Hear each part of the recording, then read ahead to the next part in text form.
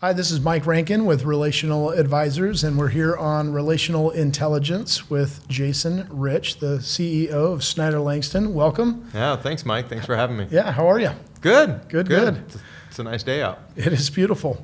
So for those of you that don't know, Snyder Langston is one of the largest privately held commercial builders here in really in Southern California, Yeah. right? And the company's been around for 64, it's going to be 65 years next year? Yeah. Okay. And Wow. yeah, and Jason is in the third generation. It's not family owned, but third generation of succession. So no pressure. Yeah. I got large shoes to fill and keep it going. Yeah. So tell me a little bit about Snyder Langston and kind of the arc of your career there. Yeah. So Snyder Langston, you hit it, is a Southern California general contractor. Have been since 1959. Started by Bill Langston and Don Snyder, doing small jobs and working their way up. And we've done a lot of iconic projects in Southern California. Irvine Spectrum is one, from phase one all the way through. Did you really? Yeah. I didn't know that. They had a couple other builders come in and do, at the time, Robinson May. Sure, yes. Nordstrom and Target, because they were large national ones, but we did all the rest of the other stuff there. All the other phases. I worked on one of those phases, which was great. We've done Pelican Hill Resort down in Newport, do a lot of work for Irvine Company, both on their retail and office side. Did the Hyundai building there in Fountain Valley right off the 405, the Kia headquarters off the 5. I'm always interested in the Hyundai building to see what cars they have in front. I know for a while they had those gold wrapped cars, I think it was. Yeah, it's pretty interesting. That's an awesome building. Yeah, and you got the office part, and then next to it you've got the shop area where they even bring in other manufacturers' cars and tear them apart to see what they're about, see what Ford's doing or whatever. So it's kind of interesting. Reverse engineer it, Yeah. So those are just some of the projects that people drive by and see on the freeway. There's a number of others, but and then a bunch of others that call it no one knows anything about, or you drive by and wouldn't be that glamorous or anything like that. So we kind of do large, small, medium size, and what's the one, the new kind of glass jewel box right off Jamboree? Is that the Boardwalk? Or that's the Boardwalk. Yep. We built that for Trammell Crow. It's been a client since I think about 1980, 81. Oh, no kidding. Yeah. In fact, one of the buildings we built for them in the 80s is another developer has just purchased it and is a few months from tearing it down and putting some new industrial on that spot. Okay. Not on the one you're talking about, but a different one in Irvine. So it's kind of, full circle type stuff. Interesting. And how long have you been with Snyder now? So I've been there 21 years, actually in April. So just congratulations. A month ago was my 21-year anniversary. I came to Snyder Langston. I was, I had been out of college, went to Cal Poly San Luis Obispo, majored in construction management. Go Mustangs. Yeah. My wife's a Bronco, so it's kind of, feud in the house. Wild horses. Yeah. But I worked for another contractor in Tustin for 3+ years, and then moved over to Snyder Langston back in April 2002. I was project manager where I was before, and I really wanted to go work at Snyder Langston. They had the reputation for being a really good general contractor with subcontractors as well as clients, doing really good projects. And so when the opportunity came about that they had an opening on a pretty cool project, and I had talked to them before, and so when I went to go work for them, I took a step back. I was a project manager and came in as a project engineer, kind of the entry-level position. And so I took a step back to then take a step forward with a larger company, get more sophisticated projects, more sophisticated clients, which is what I wanted to do. So one of those things a lot of people tell you when you change companies, you should get a raise in pay, you should get go for the next position. I did the opposite. I took a cut in pay and took a cut in title. And within a year was back at a project manager title and making more money than Yes. I had. So Right. I'd take a year step back, and it's, as I tell people, it's kind of worked out. Yeah, I would say so. Yeah. Well, and it's interesting at those younger ages, right? I mean, I did a similar thing where I took a pay cut because the vision was there, Yeah. and it's kind of a calculated risk, and you understand that there's some short-term pain, but that also, there's a lot of self-realization that happens through that, and you're very committed to what you're doing and why. It's not just there for for the paycheck, because Yep. obviously the paycheck is, if that's what it was all about, you'd still be at the other place. Yeah, and they're not around anymore, so I'd have to go somewhere Yes, else right. anyway. Eventually. And it wouldn't have been on my terms. Yeah. It would have been on theirs. And so, I've always kind of been, title doesn't matter. We obviously all work for money, so money does matter. But you kind of got to have a longer view of things. Yeah. And so I knew that Snyder Langston was a more successful, larger company, and large doesn't always mean better. Right. For Yes. sure. Right. Actually, They were still they were larger, but almost like a more of a boutique Exactly. in the broader sense, right? Exactly. Yeah. Yeah. So It's I not knew a there was massive public stability company. there. Yeah. Yeah, I knew there was stability there, and that mattered a lot. You're starting a family. I had a daughter when my daughter was, I think, 7 or 8 months old when I made that change. So, a lot of things going through, a young family's mind of how you're doing. And For sure. My wife's starting to not work and Yep. all those. So And she's like, "Wait, explain this to me again. You're doing what for less money?" yeah, exactly. Yeah. And she was supportive. My wife's been supportive, always. And it's one of those things you kind of have to trust yourself too. You have to trust your gut and go, yeah, this is going to be a better opportunity, but I'm still going to have to work hard. And if I work hard, things will work out. I've always kind of thought that. Yep. So. And just listening to you talk about that decision making, it reminds me of having been in the boardroom with you when decisions are being made and how you guys go about that. And I wanted to ask, now being the third generation, in stewarding Snyder Langston through the next decade or two, or however long it is that you end up working, but how does that, your decision making and philosophy, and obviously you're not making them in a vacuum. You've got your executive team with you, but share with me a little bit about kind of the decision making and how you guys go about doing that over a long period of time.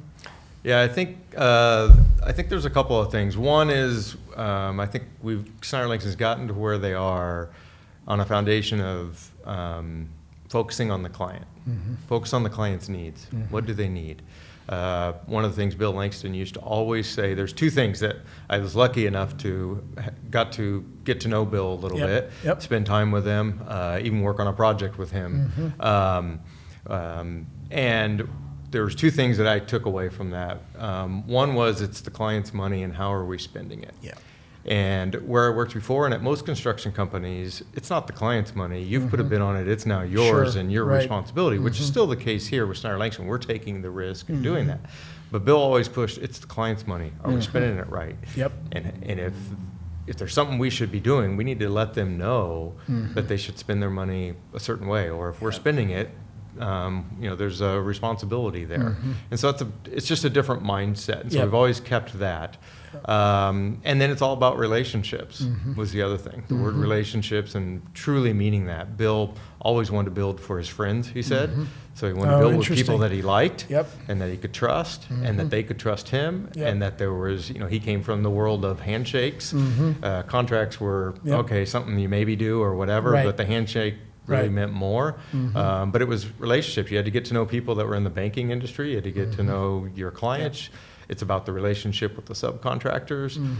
It's about the relationship with your people. I mean, it was truly, you mentioned a boutique construction firm. It was a firm that was kind of like family. Like you were there and it was all about everybody that was there. And so we're not just burning through people as numbers or anything.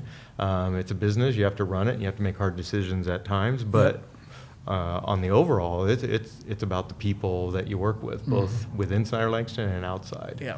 So I'll tell you, just listening to you right there, there were so many themes that strike a chord within me, and as I've matured in my in my business, for me, talking to a prospective new client, it's not so much about their business or their benefit package or whatever. I want to try to understand the decision maker. Yeah. What's important to them, and is it someone that we can have a long-term trusting relationship with?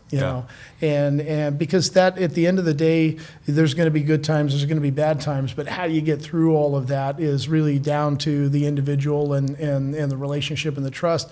And the other thing is, especially when I think for our longtime clients, they know this already, but for new customers that we're talking to, one of the things that I always say is, we're going to treat your money like it's our money. We're going to treat your people like they're our people, and that's, there's no way to fake that. You know. And so I think that over time that comes through. But one of the things that you said, talking about, you're in the construction business, but you're really in the people business. And so share with me a little bit about the culture and how you try to influence it in the way that you can to make Snyder Langston what it is. Yeah, I think one of the things that comes through is, I was an employee, like I said, I've been there 21 years. So I've mentioned coming in as a project engineer, which is our entry-level operations position, basically, other than intern. And so I've been that employee all the way through. And so I kind of still have that mindset. I'm leading it now and responsible for a lot of other things. But I still have that kind of mindset of 20 years of being an employee and knowing what that's like and kind of still feeling like that's what it is. And so it's not like I'm making decisions for others. It's like I'm part of that. Right. As opposed, you're not so far removed from it. Not removed from it at all. Right. Or it doesn't feel like it. And I don't want it to feel like that. And so, the people I work with are the people that I'm in charge of taking care of. There's a huge responsibility with that. I think we were talking about the client first. I think of a scenario on a project that I was on when I had a big team. It was about a 12-person team. And the way we do it is we show the client the bids and the scope and the breakdown and how we come to a decision of, let's just say, which subcontractor to choose for a particular trade and scope of work. And usually that's the lowest cost, because we're going out to a group of subcontractors that we know and have pre-qualified and have worked with before, and so they're all going to be qualified to do the work in general. But you're analyzing it, and we have spreadsheets that show a lot of detail on this. And I remember going through it once, and I had an assistant project manager that I was training and helping, and he was saying, "Why are you going to this much detail?" Because I would bring the subcontractors in and interview them and go through it. Why are you going through so much? That the client in this case, he's not going to look at it. Right. And I said, I know. And I said, but that's because I've already done 20 of these with him. And he did look at the first 10. 19. Right. And he has slowly stopped because the trust level is there. Because the trust is there. Sure. And he goes, that doesn't mean why do you keep doing it? Why do you keep doing it? And I said, no, there's even more fiduciary responsibility, I feel like, when somebody is so trusting that they won't even look at the detail because they trust that you did it. And so to me, there's that sense of responsibility that is just kind of ingrained, I think came from my parents and came from upbringing as well, and just different life experience. That when someone trusts you, that there's nothing greater than that. And so you should do the extra effort to make sure, not just that you don't break the trust, but that we call it, one of our core values is exceed expectations. It's like, well, how would I exceed expectations? I'm not even going to look at it. He knows I'm not going to look at it, yet he does it even more so thoroughness than he even normally would. Right. To a degree. That's exceed expectations. That's one of our core values. So that's a case in point, right, of what it means to operate from a level of trust. And you mentioned the word fiduciary. I mean, it really is, kind of a fiduciary capacity there. And so for, as we look at, the economic environment that we're in, I mean, it's a strange time, because on the one hand, keep talking about recession, and yet all of our clients are really still very busy. I mean, there's backlogs and all of this, but it would seem to me that, certainly the higher cost of borrowing, development, and now starting to see some pretty significant fissures in the commercial building space. How do you see that playing out for you guys over the next 6 to 12 months? I know it's kind of hard to have the crystal ball, but what are some of the things that you guys are doing to try to prepare for that? Yeah. Well, I think two parts to your question. One is about financing, interest rates, and things like that. And that's been going since probably last summer. It's really started. Yep. And it was interesting that the hike in interest rates didn't have as big of an impact. It had an impact, don't get me wrong. Sure. The biggest thing was when banks slowly stopped funding, no matter what the interest rate was. Right. Even if somebody was willing to pay for it, Just the they just liquidity said, no, dried up. don't Yep. have it. Can't give it out. Have to have reserves. Yep. All kinds of reasons. But we're just not going to lend it. So then it became not even about, it just cost more. It's It's can't just get not it. even there. Yeah. It's just not even there. And that's kind of where we are now, where for definitely the fundamental developer and traditional means of financing things just are almost 100% dried up. I mean, that's pretty scary to see. Yeah. There's some other ways to get money and stuff, but it's pretty creative, larger institutional, and then does cost more. Yeah. Right. For sure. But that has played the biggest impact on us in slowing projects down, the project start. So we've had a number get put on hold in that. So the other part of your question is what do we do? Navigate it, yeah. What do we do? Right. And really that comes from, I would say, started really back in 2008. Kind of go back that 15 years ago. We all know that big financial crisis. And hopefully it's different than this one. Hopefully this one is a lot different than that, shorter, not as deep, all those things. Yeah. But at that time taught us that we were diversified in a lot of different product types that we built and things. And we had, back in 2005, started doing multifamily construction, so added kind of a market sector to that, which helped coming out of that recession, the Great Recession. What we started in 2008 was to diversify even more so, not just in product type, but in the way different clients get money. And so we started doing more what we call user group, institutional work, more private education type work. More healthcare. Put a big strategic initiative over the last 15 years to do a lot more healthcare work. We had always done a little bit, but put somebody at the lead. Went through a couple of people as that lead, and then Lee Watkins, my partner now, brought him in back early on in that period, and he has grown that business, as well as whether it's multifamily, and then multifamily combining with healthcare and senior living, assisted living, memory care. There's a little bit of overlap there, and things like that with the clients. So starting back then was to diversify. So how do we get through this, whatever is upcoming, has been to be diversified. And so when we look at our backlog going forward over the next 12 and even 24 months, the majority of that work are things from that diversification. That's right. A lot of healthcare, behavioral health, senior living, things like that, things that we didn't do 15 years ago and that we started from then. So I still think it'll be rough. I still think there'll be, there's always challenges, but even more so. But I think we're set up fairly well to handle it as opposed to drive off a cliff. Right. But it doesn't mean it's going to be smooth sailing either. For sure. And I think, just listening to the segments of the economy that you're talking about, the built environment for, the demand is exceptionally high in those arenas. I mean, if you look at behavioral health, as you mentioned, that demand is through the roof there. Healthcare is a broad sector.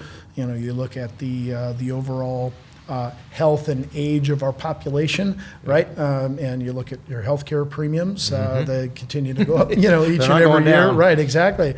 And so clearly from that standpoint, there's big time demand there. And the other thing that strikes me is just how long it takes for those initiatives to play out. So you can come through the battle scars of 08 and 09 and say, okay, let's go more into this, let's go more into that. And Lee is a very accomplished individual, but still, it's a decade. It's a decade. Yeah. It takes about a decade to really get entrenched in it, and then that's right. And then if you weren't committed to it about this time, a decade later, you look back and go, oh, shoot, we missed it. Yes. Good news is we stayed committed to it, pushed through a lot of different things, and that part is paying off. It's same thing with the multifamily. Although multifamily, there are projects getting put on hold for sure as well. Right. But not all of them. Right. Not like office or anything like that. Yeah. And any plans, obviously you don't have to say it if it's confidential, but any plans to expand beyond kind of your current geographic footprints? Yeah. Not right now. Not right now. our goal has been to get a stronger foothold in Los Angeles, to have more market presence there. We've always had a market presence there. We've had an office there since the late 90s when we finished Manhattan Beach Studios. And so we've always had a focus there. Lee, my partner, is based there, lives there. We have our office there. He mans that office there. So our focus, right? in El Segundo, yeah. And so our focus is just to continue that, to be as strong as we can in the Los Angeles marketplace, just like we are in Orange County. Most people don't realize, even I say that, and for the past 8 years, it's been 50-50 our revenue, 50% LA and 50% Orange County. Most people go, oh, really? You just have to have more of it in LA to kind of make it feel like it balances out because of other things. And so our talk has been, let's be as good as we can be in the area that we are. Going to different areas creates a different culture a little bit. You have to have the right people to go somewhere. It's a risky business to do it anywhere, but especially kind of out of area or to go to a new area. And so I think our focus has been get a little more market share in LA and Orange County, and then we can sit and talk about going to other areas. We've been in other areas before. We've done work in Northern California. We've had an office for 10 years down in San Diego before the 90s, kind of early, mid-90s. And so we've done work in Vegas. Those are kind of the most easiest targets, or Phoenix, the closest to the area. But right now, we've said we're not going to pursue work in those areas. We're just going to keep pushing for Orange County and LA, and then we'll see where that takes us. And what advice would you give to young person coming into the business now? I know you guys probably still recruit from Cal Poly San Luis Obispo. I would think. We do. We've got a good. Yeah, they've got a really good construction management program. Not that we only hire construction management or even engineering-based degrees. We've got people with all types of degrees that are fantastic superstars. So, but that is our main focus. Those are people that want to work in construction and have said that. And so we do internships. Our Cal Poly Pomona, Cal Poly San Luis Obispo, Cal State Northridge, and Cal State Long Beach have been the 4 main targets of construction management programs that we get interns from every summer, and have a commitment to those schools to have a kind of a funnel and a pipeline of both interns and then college graduate hires and things like that. We definitely have hired from other schools, Arizona State, BYU, plenty of others. But those are our main focus just in the area that we work in. Kids that go to that school typically are wanting to live, work in Orange County, Los Angeles County.